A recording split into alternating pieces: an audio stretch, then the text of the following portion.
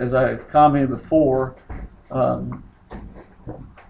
really an amalgamation, if you will. We can probably pinpoint which ones were the major gods of these people that I said probably came, most sociologists and anthropologists say that probably came through from the Russian steppes down into the Peloponnesian Peninsula. The ones that they brought with them are probably those 6 major ones, like Zeus and Hera, Demeter, Poseidon. They probably brought those with them. But they bring in other gods. You have a list on page 35 of all these names. That's just a few of them. That's not all of them. That's just a few. They have many others. Those are probably figures that get incorporated, brought in where they come in, as I told you. These people are running into other people. And you do a few things. You either say hi and just circle around them, you eliminate them, or you assimilate. Well, when you assimilate, certain structures of your world will take precedence over somebody else's. You'll change some. You don't get rid of all of it, but you change some of it. And that's why Zeus, that head Greek god, has all these affairs. Every time you turn around, there's a story about Zeus having an affair with some either mortal or semi-divine figure and having children. That's because they're taking what had been a worshipped figure by one small group and saying, hey, don't worship that one anymore, worship our God, because yours really isn't a full God. Yours is only this. Hercules, or Heracles is the Greek name for him, but Hercules is how most people know by the Roman version, was probably a minor vegetation god. Some want to put it as being in the southwestern part of the Peloponnesian Peninsula, down along the coastline. And they think of him as a fertility vegetation god because everything's about strength and power. So that's what we call fertility figure. He was probably a minor figure, but his stories were so popular that they didn't get rid of him totally. What they did was make him the son of Zeus, and they make him semi-divine. He's not fully immortal until he dies. When he dies, then they raise him to the level of God, but he doesn't have anything to do, and so he basically becomes the butler to the rest of the gods. He opens doors and passes out drinks at parties. It's his basic role. It's his stories. The stories about him as a human are the ones that everybody likes. All the adventures he has. Well, those are not what gods go around doing, so you don't make him full God. But those sort of stories are very similar, if you go back and look at them, to some of the other stories. Think about Gilgamesh and the adventures he has. Where he and Enkidu go and fight Humbaba, and you're all going, really? Humbaba? Yeah, that's the name of the giant in the forest. They go and fight him, they kill him, and they fight the bull of heaven, and they have the adventures. Well, so does Hercules. They really enjoy having that around. So they keep him, they just lower him. Instead of being a god, he's half God. More man than God. And they do that with a number of figures. Or they take a god and say, well, he's not the main one you should worship. He's really limited to just this role. Worship our head god. This is an underling. So that's why you wind up with all these different gods taking different roles. It also is a reflection of the changing of this hunting gathering group to a settled civilized group. You do not have to worry about medicine when you're hunting and gathering typically. If somebody gets sick, you leave them behind. If they get better, they can come catch up with you. If they don't, sorry. Medicine is not that important. You may have some, but typically it's not going to be much. So you don't worry about that. You definitely do not have time for art and literature. You're just hoping to go find an animal you can kill and bring meat home, right, guys? And we're going to wait. Let's hope they can bring something decent this time. That's what you worry about. You're not going to be writing poems about the great hunt. No, it doesn't happen until you settle someplace. Even with the cave paintings in France. It's not until they settled in that area, stayed in those caves, did they actually paint the depictions of the hunts. So you have to settle someplace before you do this. Well, once you do settle, and the men wind up with time on their hands, because the women kick them out of the house, saying, go find something to do. And ladies, we're blaming politics on you. If you had never told that man to get out of that house and find something to do, if you found him something to do in the house, we wouldn't have all the politics in the world. Because that's what happens. They'll go off and the men who didn't have to work was who owned the land. They have all the other people working for them. Their wife told them to get out of the house. They all meet someplace and they decide, we need to do some things. We need to put some laws in place. We're the ones who need to do that. And politics is wrong. So it's women's fault. It always comes down to women. We'll get that in chapter 4 when we get to the Bible. Right? But this is what we're looking at. They make laws. And so now you need to have guidance for wisdom. Athena's born. You got people who have time on their hands, they start doing things. The craftsmen are not only making tools, they start saying, hey, look what else I can make. I can shape it into this. Oh, look how pretty that is. And suddenly art starts being developed. Well, now you need a god to praise you for art. So different gods start taking on different roles. You start having travel take place. Not just, hunting and gathering, but travel for the purpose of travel. But you need a god of travel to protect people. You start having groups, this city-state, this polis, sending in, okay, well, you need a god of messengers. So the god of travelers and messengers. There's also the god of thieves comes along. That's Hermes. You have different specializations then. Now, some of the gods get several roles. For instance, in your book on page 35, you have a little chart that shows you the Greek name, the Roman name. Well, the Greek name is Apollo. You'll see the Roman name says Phoebus. Then later you'll see there Helios, and it says Phoebus also. Phoebus, Apollo, the Romans called him Apollo also. They really did. But Apollo is originally god of the sun. He takes over for Helios. Helios was a sun god, probably from a group who then gets supplanted. The newer generation comes in, they kick out the old. That's what happens. And so Apollo takes over as god of the sun.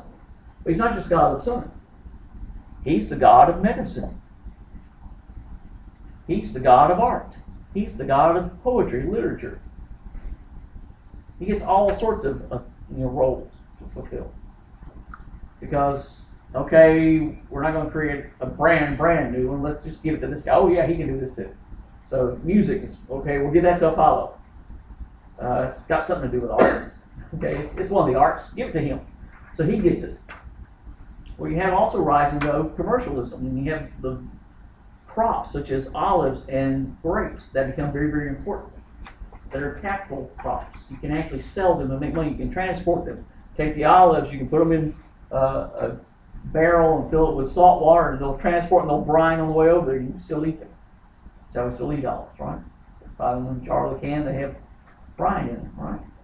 Or you take the olive, you can press it, and you get oil. And the oil can be used for cooking, for lubrication of tools, for burning. You can suddenly have light at night. Well, hey, that's a valuable commodity that you can take to other people and sell. Grapes, same situation. You take them, you can eat them immediately, so you can have a food source right there. They don't travel well unless you dry them out. You dry them out in the sun, put them in a barrel, container of some sort, ship them over, they're still good to eat, raisins. Or you can take it, you can press it and drink the juice immediately and have grape juice. Or you can press it, put it in a container of some sort of what's called a wine skin, or maybe a barrel of some sort, add a little yeast into it. By the time you get to where you're taking it, it's fermented and you have wine and people will really make it. So you suddenly have to have a god for this, because they don't have a god for crops like that. They have Demeter, she's goddess of seasons. They don't have a god for crops, so they need one, and they incorporate one. The stories of Dionysus, you have a couple of different stories about him. One that shows maybe he was a minor vegetation god, worshipped in a certain area, and they elevated him. Another of his origin stories shows that maybe they took him from another culture.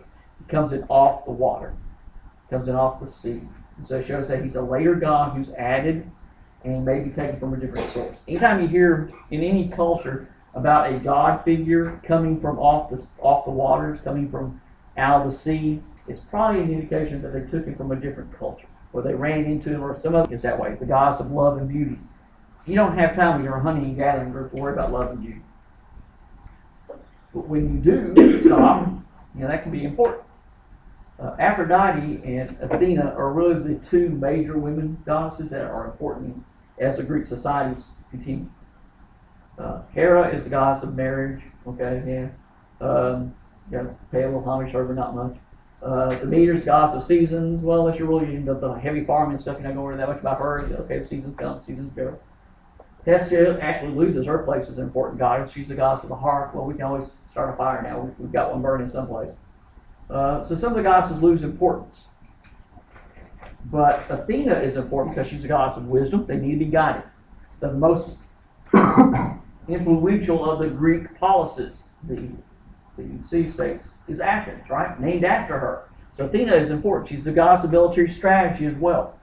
You need to be guided by wisdom, so Athena gets worshipped. Aphrodite gets worshipped because these men who have nothing to do at home because the wife told them to get out, and they don't have anything else to do because their workers are taking care of all the work, so they just go sit around and talk.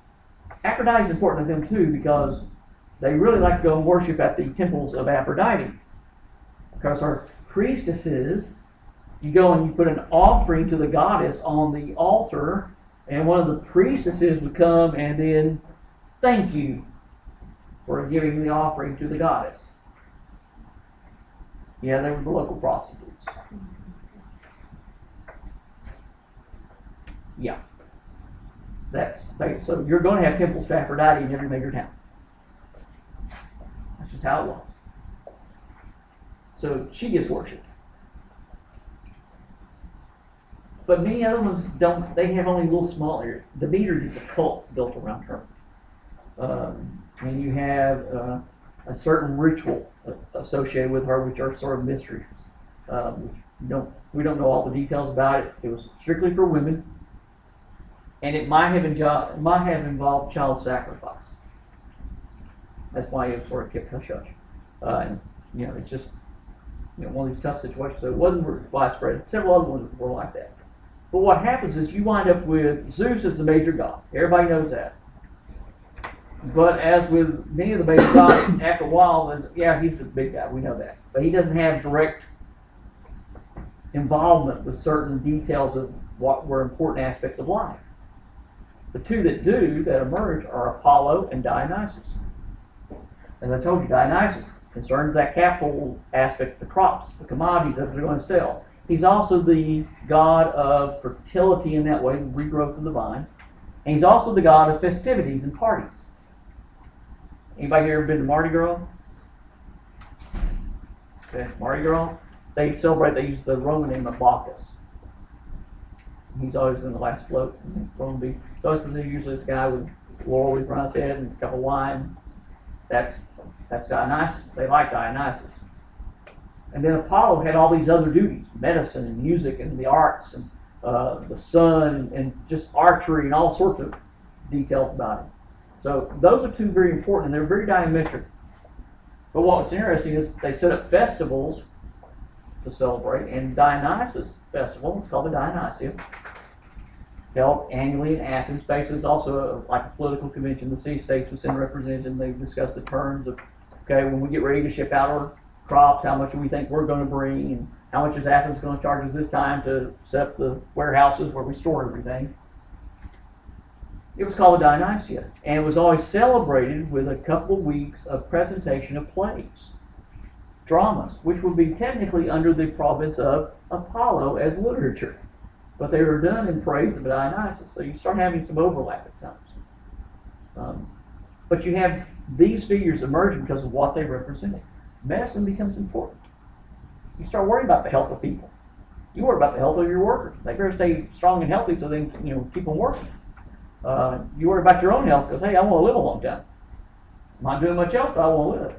And so you have medicine is important. And you have Hippocrates, who's mentioned in your textbook, doing a study of science, and he becomes the first physician, basically, and comes up with a Hippocratic oath, how you're supposed to be as a doctor.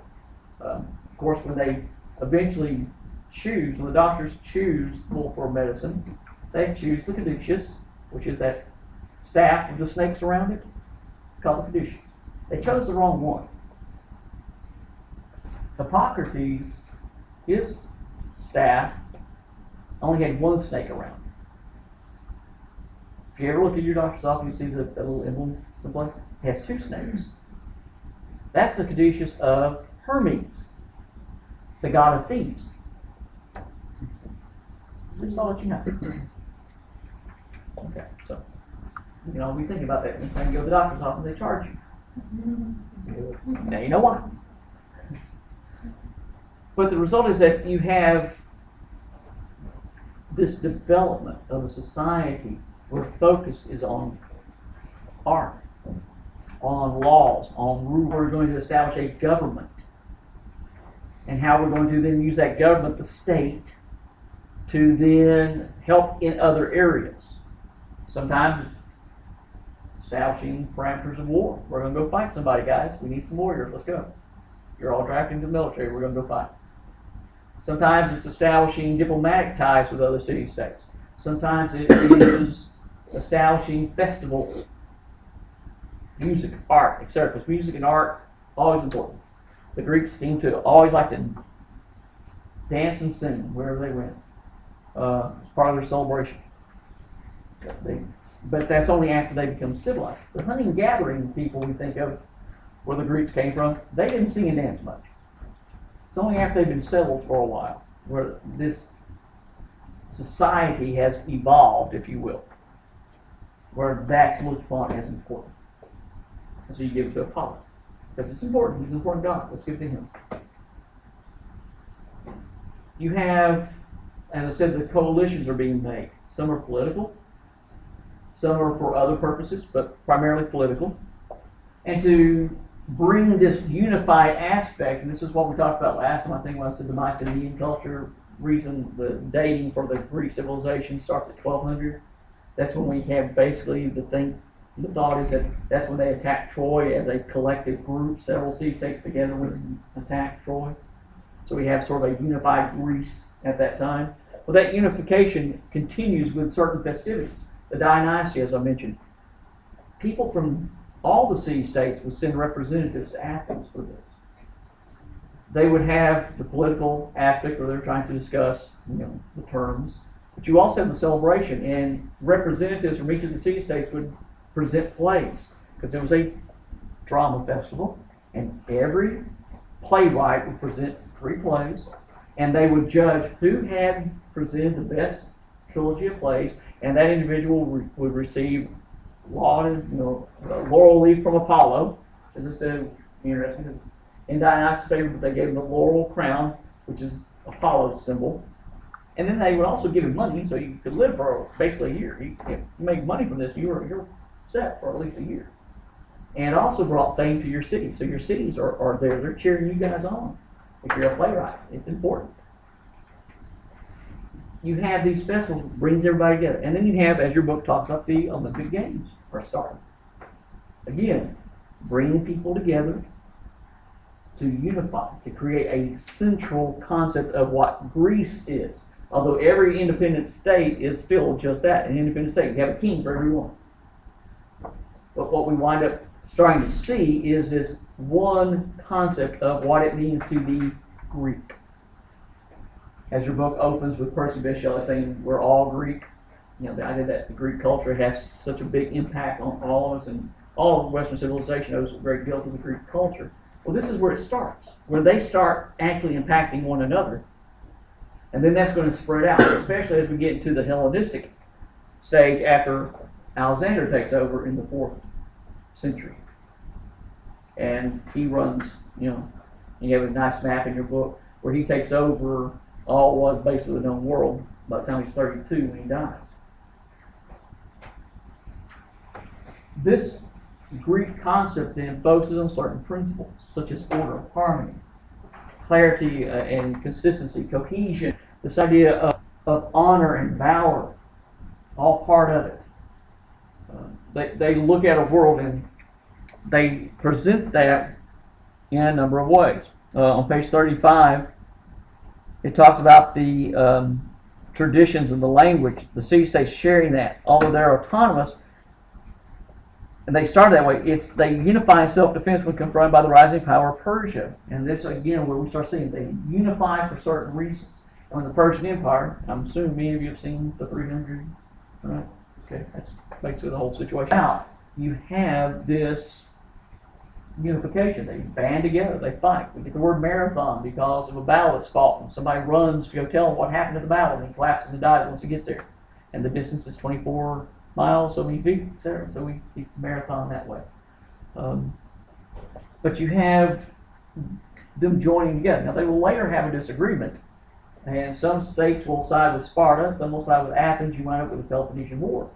Basically, a civil war within the Peloponnesian area which Greece occupies. But even that will get resolved, and when the Macedonians under Philip II comes down, and then under Alexander, we have a unified groups. They're speaking the same language. They worship the same gods. They follow the same principles. What's important to one city-state is important to the other.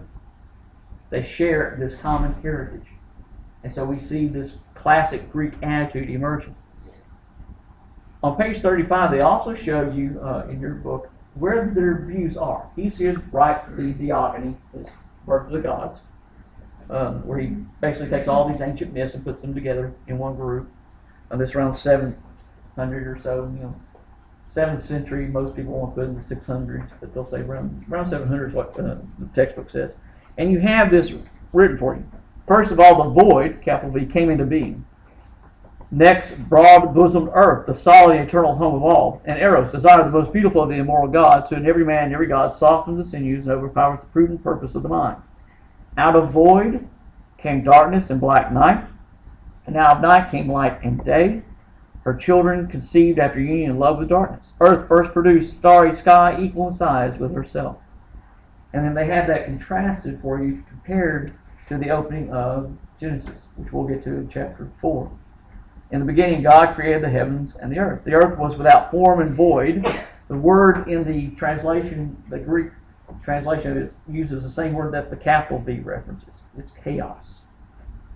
The world was chaos, is what it says. And darkness was upon the face of the deep, and the Spirit of God was moving over the face of the waters. And God said, "Let there be light." And there was light. And God saw that the light was good, and God separated the light from the darkness. God called the light day, and the darkness he called night, and there was evening, and there was morning, one day. So you had parallels taking place. Suppositions are who gave it to whom, or is this just simply separate, building up, and therefore it's all being revealed in different ways to them? I told you about Akhenaten, Pharaoh, and how he wrote a praise to the sun when he, Aten. So Amenhotep, as his original name was, and he changes to Akhenaten because he wants to praise Aten, the sun, and make it all into one. This is translation of the poem. This is the opening of it. He says, "O living God, you have flooded the world with your beauty. You are majestic, awesome, bedazzling, exalted, overlord over all earth. You are fair, your light is wide upon earth. You shine in the face of all who turn to follow your journey." And goes on, says, "You drive away darkness. Sun's children awaken and stand, for you, God light, have upraised the sleepers." Then it goes on and talks about, "It is you who create the new creature and woman, shape the life-giving drops into man, foster the son in the womb of his mother, soothe him, ending his tears."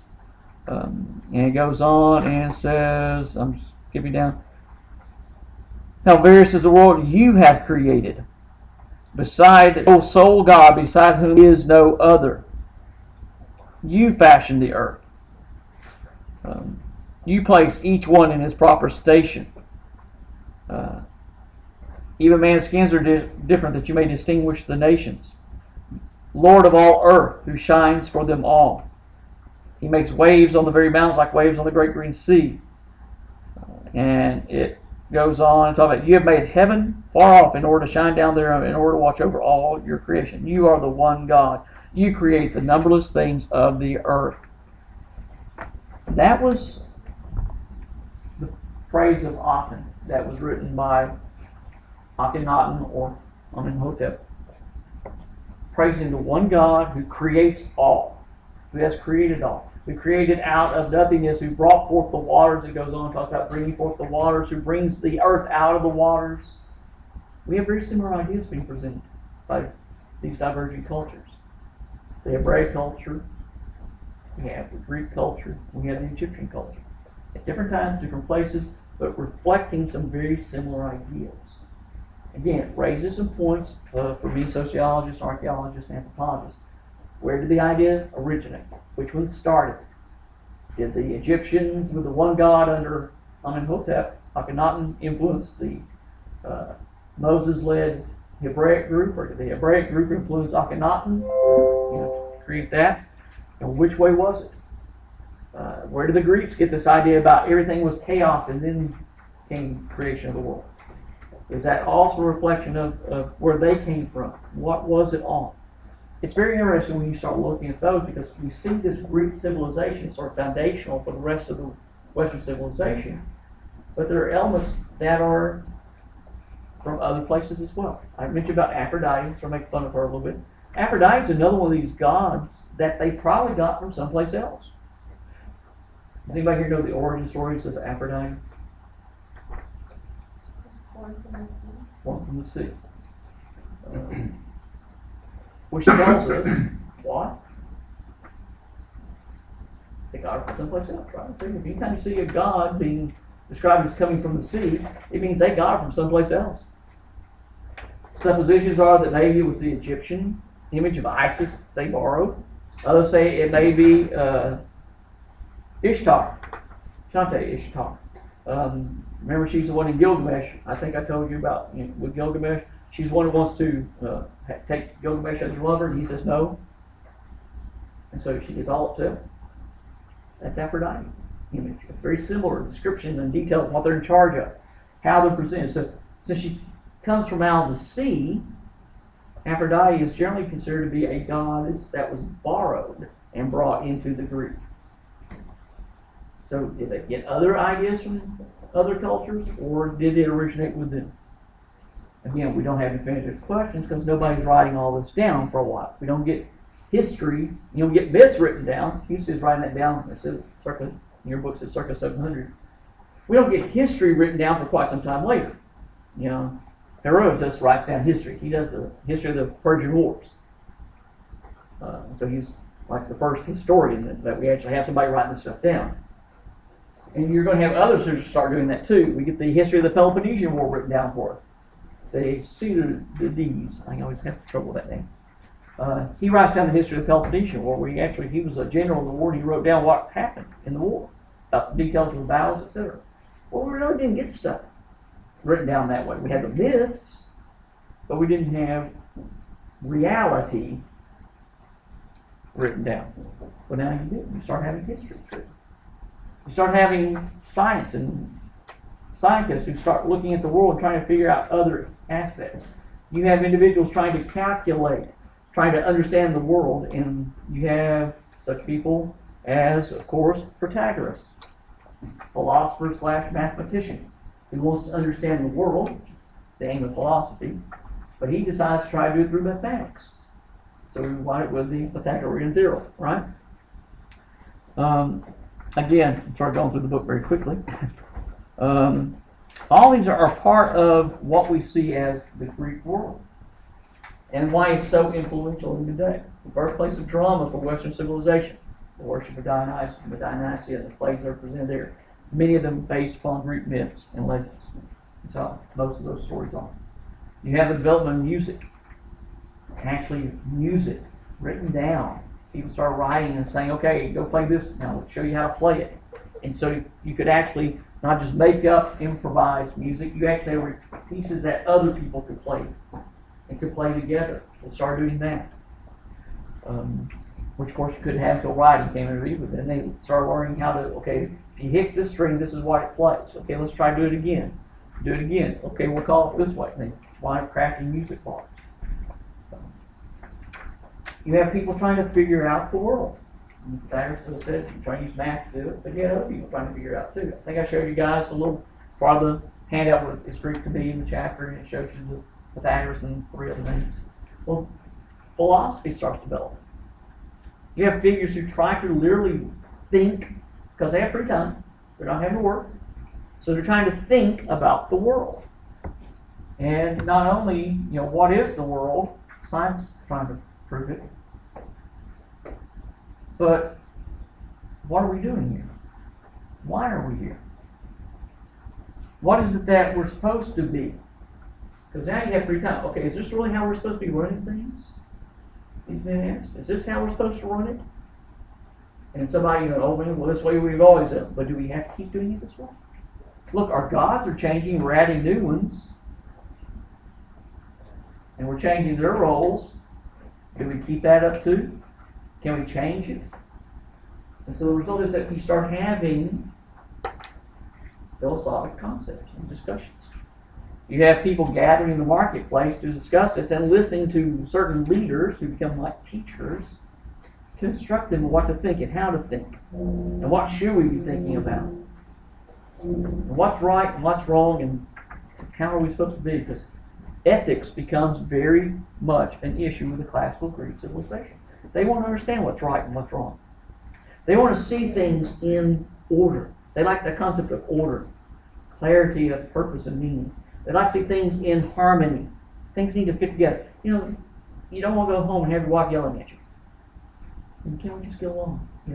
What's wrong, hon? Yeah, you did this. Okay, well, I'll fix it. Let's be harmonious. And you don't want to have yelling all the time when you're with the guys trying to run the city. Okay, we need to learn how to get along better, folks. What can we do? And their lifestyles start reflecting that. Their art starts reflecting that. Ordering of music. Don't just play random notes. Let's put it in a certain order.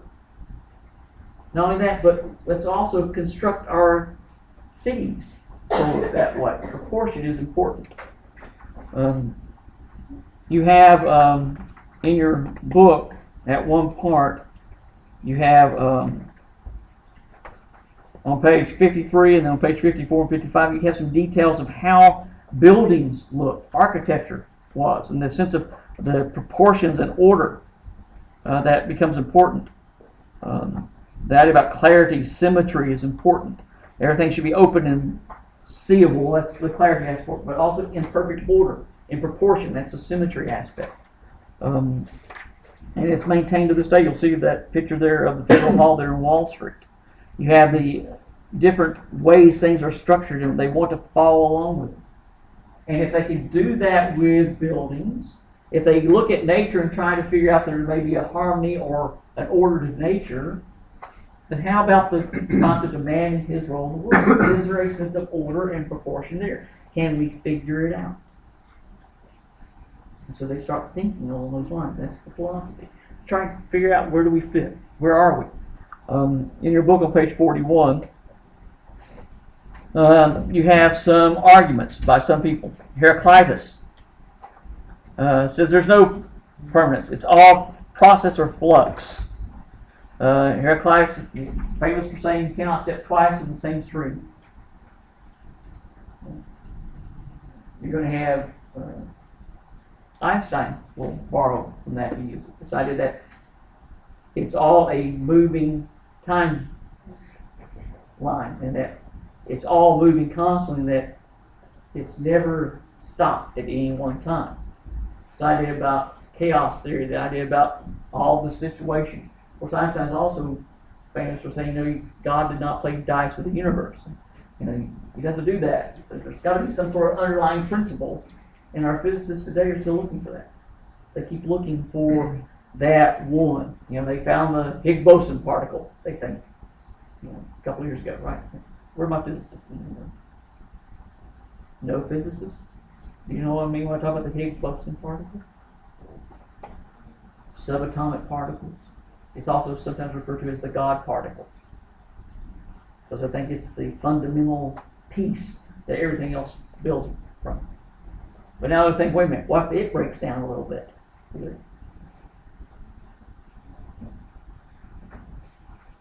I'm not making this stuff up. Higgs boson is also called the God particle. Look it up sometime.